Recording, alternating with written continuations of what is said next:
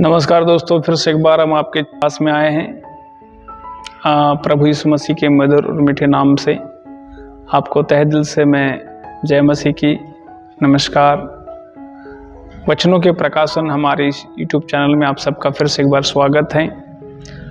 आज हम फिर से एक महत्वपूर्ण विषय को लेकर आपके बीच में प्रियो में आया हूँ और वो महत्वपूर्ण विषय है पवित्रता एक रहस्य है। उस पवित्रता एक रहस्य के ऊपर में आज मैं आपसे कुछ वचनों के द्वारा बातचीत करूंगा।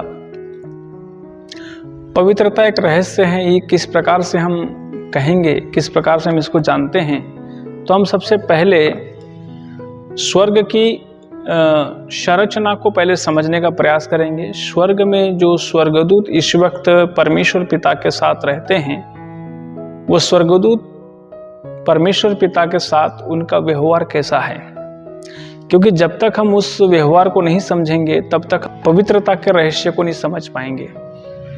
तो स्वर्ग में जो स्वर्गदूत है जो परमेश्वर के साथ इस वक्त रहते हैं, क्योंकि आज के डेट में देखेंगे तो स्वर्ग में किसी भी प्रकार का पाप नहीं है और स्वर्ग ही एक ऐसा पवित्र स्थान है जिसको हम पवित्र स्थान कह सकते हैं, वो स्वर्ग है। बाकी धरती, पृथ्वी, इसमें कोई भी ऐसा स्थान आज के समय में पवित्र नहीं है, परंतु स्वर्ग अभी के समय में पवित्र है। और वो पवित्रता की मिसाल क्या है, उस पर हम थोड़ा सा विशेष करके चर्चा करेंगे।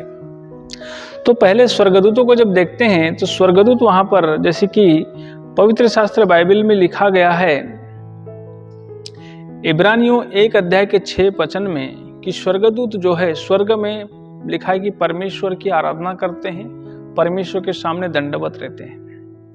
दूसरी बात हम देखते हैं कि यशायाह 6 के 5 में, जैसे कि परमेश्वर के भविष्यद्वक्ता, जो परमेश्वर के सेवक, परमेश्वर के जो नबी है, यशायाह जब दर्शन देखते हैं तब वो बताते हैं कि वहां पर 6 पंख वाले स्वर्गदूतों को देखते हैं। तो 6 पंख वाले स्वर्गदूत जो होते हैं वो 2 पंखों से अपने मुंह को ढांपते हैं और 2 पंखों से अपने पैर को ढांपते हैं और 2 पंखों से उड़ते हैं, और वो हर समय उनके मुंह से केवल एक ही शब्द निकलते रहता है, पवित्र पवित्र पवित्र, और हर समय वो इस प्रकार की वाणी कहते रहते हैं। इसी दर्शन को सेम यहेजकेल नबी ने भी देखा था।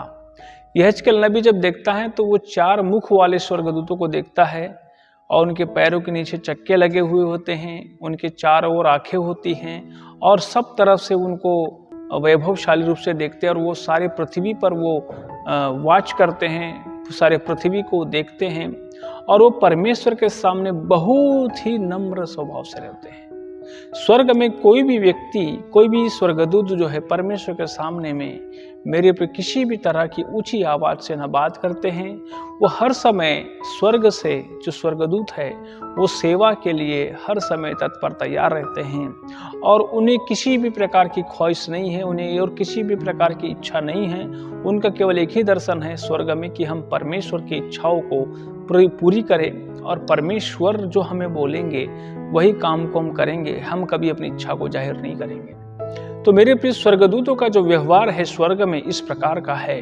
हम पतरस की पुस्तक में भी जब पढ़ते हैं तो पतरस भी इस दर्शन को देख डालता है, तो पतरस भी इस बात को बोलता है। दूसरा पतरस और उसके 2 के 11 में इस प्रकार से लिखा है कि स्वर्गदूत जो है वो भी परमेश्वर के सामने में कोई ज्यादा बात करने का प्रयास नहीं करते और बहुत शांति से रहते हैं, बड़े प्रेम से रहते हैं, और परमेश्वर के सामने में कभी भी किसी प्रकार की बगावत नहीं करते हैं। तो यहाँ पर देखिए इस प्रकार से लिखा है, दूसरा पतरस 2 के 11 में मैं पढ़ के आपके सामने बता देता हूँ। पर ये 10 में लिखा है, विशेष करके उन्हें जो अशुद्ध अभिलाषाओं के पीछे शरीर के अनुसार चलने और प्रभुता को तुच्छ जानते वे ढीठ और हट्टी है, ऊंचे पद वालों को बुरा भला कहने से नहीं डरते, तो भी स्वर्गदूत जो शक्ति और सामर्थ्य में उनसे बड़े हैं, प्रभु के सामने उन्हें बुरा भला कहकर दोष नहीं लगाते। माने इतनी उनके अंदर भय होता है, इतना उनके अंदर में डर होता है कि वो परमेश्वर के सामने में किसी को भी बुरा भला कहने की हिम्मत नहीं करते। मेरे प्रियो, उसी प्रकार आप देखते हैं कि यहाँ पर यहूदा की पुस्तक में भी लिखा है कि जिस प्रकार से स्वर्गदूतों के विषय में लिखा है परंतु 1 अध्याय के 9 वचन में लिखा है, परंतु प्रधान स्वर्गदूत मिकाएल ने जब शैतान से मूसा के शव के विषय में वाद विवाद किया तो उसको बुरा भला कह के दोष लगाने का साहस न किया, पर यह कहा, प्रभु तुझे डांटे। क्योंकि ये सारे लोग जितने भी हैं स्वर्ग में जो रहते हैं वो बहुत नम्र स्वभाव से रहते हैं और कभी परमेश्वर के सामने में कितना भी कोई आरोप और विरोध भी करने वाला, गलत भी कार्य करने वाला व्यक्ति क्यों ना उन्हें मिल जाए, या शैतान ही क्यों नहीं मिल जाए। लूसीफर ही उनके सामने में कितनी परमेश्वर के सामने में कईयों की निंदा करता है, कईयों पे दोष लगाता है, कईयों पे बुराई करता है, कईयों के बारे में उल्टा सीधा बोलता है, लेकिन स्वर्गदूत हिम्मत नहीं करते हैं उसकी बातों का जवाब देने के लिए। वो परमेश्वर के ऑर्डर का इंतजार करते हैं, परमेश्वर उनसे जो कहते हैं वही काम को करते हैं, परंतु वो किसी भी प्रकार से स्वयं निर्णय लेकर काम नहीं करते, क्योंकि वो इस रीति से परमेश्वर का बहुत आदर करते हैं। इसको कहते हैं परमेश्वर का आदर करना, कि जब आपके और मेरे सामने जब इतना जीवित परमेश्वर है तो उसका आदर हम कैसे करें, तो हमें स्वर्ग में रहने वाले स्वर्गदूतों के द्वारा सीखना पड़ेगा, जिसके विषय में संक्षिप्त में बाइबल में कुछ जगहों में लिखा हुआ है मेरे प्रियो। इसी तरह से हम पृथ्वी में देखते हैं कि ऐसा एक मनुष्य बाइबल में आया है। ऐसे कि कहेंगे तो 2 लोग हैं, लेकिन जिसमें से एक प्रभु यीशु के आने के पहले भी बाइबल में जो आया वो एक मनुष्य ऐसा है जिसका नाम है मूसा। तो मूसा अपने समय काल में एक नम्र स्वभाव का व्यक्ति था। गिनती 12 के 3 में इस प्रकार से लिखा है कि पृथ्वी भर के सब मनुष्य में मूसा जो है अधिक नम्र स्वभाव का था। तो मूसा नम्र स्वभाव का कैसे था उसके विषय में थोड़ा सा देखेंगे, क्योंकि मूसा जो है जब मिस्र देश में मेरे प्रिय फिरौन की बेटी का बेटा कहलाता था और फिरौन के राज में वो मूसा जो है एक राजकुमार की जिंदगी जी रहा था, लेकिन जब उसको पता चलता है कि मैं एक इब्री हूँ और मैं इब्री का बेटा हूँ, तब वहाँ पर निर्णय लेता है और वो अपने आप को डिक्लेयर नहीं करता और डिक्लेयर करने के पहले ही वहाँ से निकल जाता है और एक व्यक्ति की हत्या भी कर देता है। परंतु मैं बता रहा आपको, ये इतना अपने उस जमीर को मार नहीं पाता। अपने जमीर को जब वो जान जाता है कि मैं एक इब्री हूँ और मैं कैसे यहाँ पर रहूँ, और इतने सुख शांति ऐश और आराम को छोड़कर जो है वो वहाँ से निकल कर मिद्यान देश की ओर निकल जाता है। तब हम देखते हैं कि इस मूसा की जीवन शैली को थोड़ा सा आप अनुमान करेंगे तो मूसा जो है मिद्यान देश में इत्रो की भेड़ बकरी को चराता है। उसकी बेटी सिप्पोरा से वो विवाह कर लेता है और वहां रहता है। जानते हैं, अब 40 वर्ष तक ये मूसा जो है वहां इस प्रकार की भेड़ बकरी को चराता है, लेकिन मालूम है 40 वर्ष में कभी भी इस एक भेड़ का भी मालिक नहीं बन पाता है, एक बकरी का भी मालिक नहीं बन पाता। इतनी नम्रता के साथ में, बड़ी ईमानदारी के साथ में वो क्या करता है, वहां पे उस सेवा को करता है। इसी तरह से परमेश्वर जब उसके जीवन को देखता है, परमेश्वर जब उसके उस कार्य को देखता है कि मूसा इतना नम्र स्वभाव का है, तब परमेश्वर क्या करता है, उसे मेरे प्रियो झाड़ियों में सीने पर्वत पर उसे दर्शन देता है। और उसको दर्शन देने के बाद परमेश्वर बोलता है कि मैं तुझे मूसा मिस्र की ओर भेज रहा हूँ, क्योंकि तू जा और वहाँ से फिर से अपनी जो इस्राएली कौम के लोग हैं जो वहाँ पर दुख और कष्ट पा रहे हैं, उन्हें निकाल कर तो बरबस वापस उस वाचा के देश में जो मैंने उनके साथ वादा किया था, तो कनान देश में उन्हें बरबस लेके जाएगा, मैं तुझे यहाँ से भेजता हूँ। ऐसा करके परमेश्वर मूसा से बातचीत करता है और मूसा जो है इस बात के लिए कुछ समय के बाद में राजी होता है। पहले परमेश्वर से बोलता है, परमेश्वर मैं तो भद्दा हूँ, मुझे बोलना नहीं आता है, मैं कैसे जाऊँगा, मैं कैसे संघर्ष करूँगा, मैं कैसे उस फिरौन से मैं लड़ूंगा, क्योंकि वो तो बहुत ताकतवर है। लेकिन परमेश्वर उस मूसा को सब प्रकार की ज्ञान और बुद्धि से भरपूर करता है, परिपूर्ण करता है। और वो जो बोलता है कि मैं भद्दा हूँ, परमेश्वर से बोलता है, मनुष्य का मुंह किसने बनाया है, मैं ही ने बनाया है। इसलिए परमेश्वर उसे जो है बोलने के लिए साफ जुबान देता है और वो जाता है और वो काम कर लेता है। मूसा की नम्रता कैसे साबित होती है मेरे प्रियो?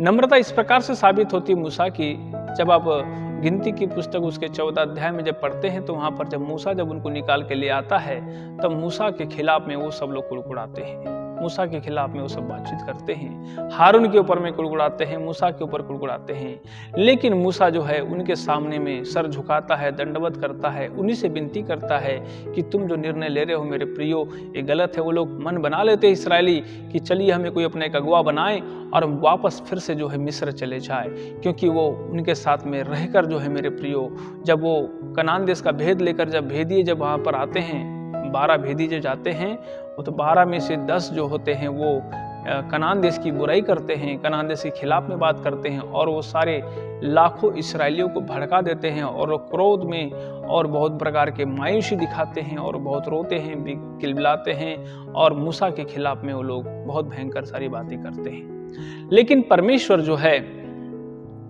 वो सबको देखता है, लेकिन मूसा जो है उस नम्रता के साथ में जो है मेरे प्रियो क्या करता है, उन्हीं से विनती करता है, नहीं मेरे भाइयों आपका निर्णय गलत है, आप नहीं जानते हो जिस देश में आपको परमेश्वर लेके जाना चाहता है वो बहुत ही मधुर देश है, बहुत ही अच्छा देश है करके।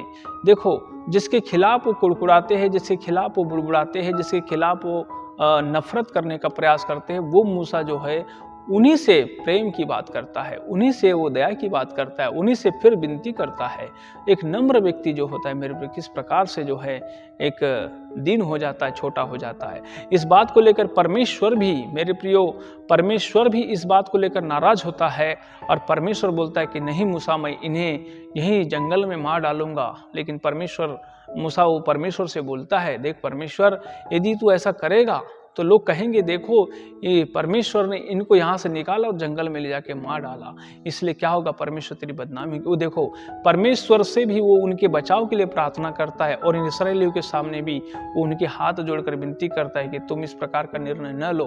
तो सोच लो वो दोनों तरफ जो है अपनी नम्रता को दिखाता है, दोनों तरफ जो है झुकाव दिखाता है, दोनों तरफ जो है वो अपने नम्र व्यक्तित्व को प्रकट करता है। इसलिए मेरे प्रिय परमेश्वर ने उसे जो है एक बड़ी सेवा दिया था। परमेश्वर के पास बहुत सारी सेवा है लेकिन वो नम्र लोगों के लिए है, वो दीन लोगों के लिए है। इसलिए यदि हम परमेश्वर के वचन में चलना चाहते मेरे प्रियो, तो मैं जो आपको बताना चाहता था, पवित्रता एक रहस्य है, पवित्रता एक रहस्य है, नम्रता। नम्रता ही पवित्रता का रहस्य है। इसलिए हम नम्र होकर यदि जीवन जीना सीख जाते हैं, क्योंकि हम कहेंगे कि पाप के विषय में कि मैं दावा करता हूं कि मेरे में कोई पाप नहीं है, तो पहला यूहन्ना की पुस्तक उसके 1 अध्याय के 7 वचन में स्पष्ट लिखा है मेरे प्रियो, कोई ऐसा कहता है कि मुझ में पाप नहीं है तो वो अपने आप को धोखा देता है और सच्चा नहीं है। क्योंकि हम सब में पाप है और पाप हमारे अंदर में है, लेकिन हम जब स्वयं को पापी मान लेते हैं तो हम झुक जाते हैं। हम जब स्वयं को देखते हैं तो हम झुक के बात करते हैं, हम स्वयं को देखते हैं तो नम्र होकर बात करते हैं। स्वर्ग में स्वर्गदूत जो है क्यों परमेश्वर के सामने में सिर उठा के बात नहीं करते?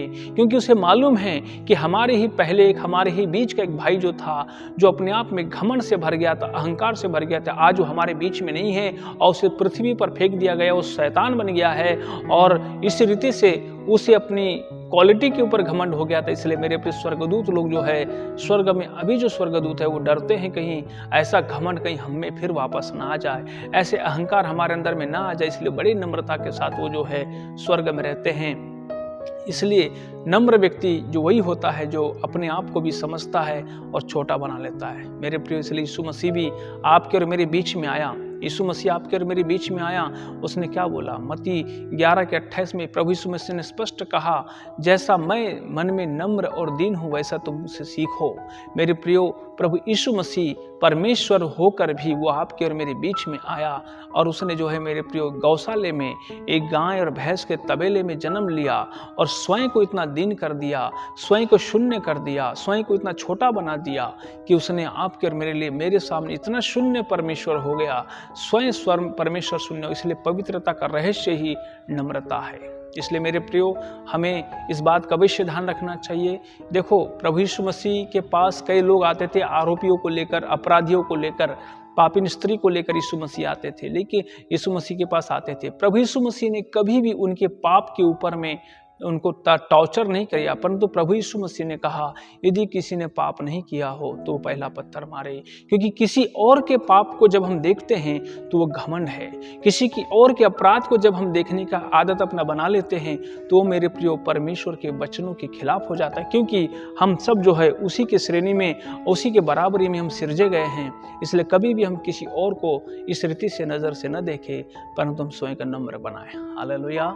इसलिए मेरे प्रियो, जैसे ही मूसा जो है परमेश्वर के स्वरूप को निहारता था, जब अद्वितीय ज्योतिर्मय परमेश्वर को जब आप देख डालते हैं और जब उसकी रोशनी में जब आप खो जाते हैं, जब उसके अंदर में जब आपका समावेश हो जाता है, तो आप दुनिया की धरती पर के सारे पाप को आप भूल जाते हैं। उसी को नम्रता कहते हैं। इसलिए मेरे प्रियो, नम्रता का रहस्य पवित्रता है। इसलिए पवित्रता का रहस्य ही नम्रता है। इसलिए इस विषय पर आप ज़्यादा बात करें और मैं आपको धन्यवाद देता हूँ। मैं थोड़े शब्दों में आपको समझाने का प्रयास किया है। यदि आपको समझ में ना आए तो हमारे कमेंट बॉक्स में अवश्य लिखें। आप हमें इससे और भी जानकारी ले सकते हैं। आप हमसे और भी ज़्यादा इस परमेश्वर के वचनों के विषय में डिस्कस कर सकते हैं, चर्चा कर सकते हैं। सारी बातों के लिए आपको धन्यवाद देते हैं। आपने इस संदेश को सुना है, आपको तहे दिल से धन्यवाद, शुक्रिया। जय मसीह की। प्रभु यीशु मसीह के मधुर मीठे नाम से फिर से एक बार आपको नमस्कार।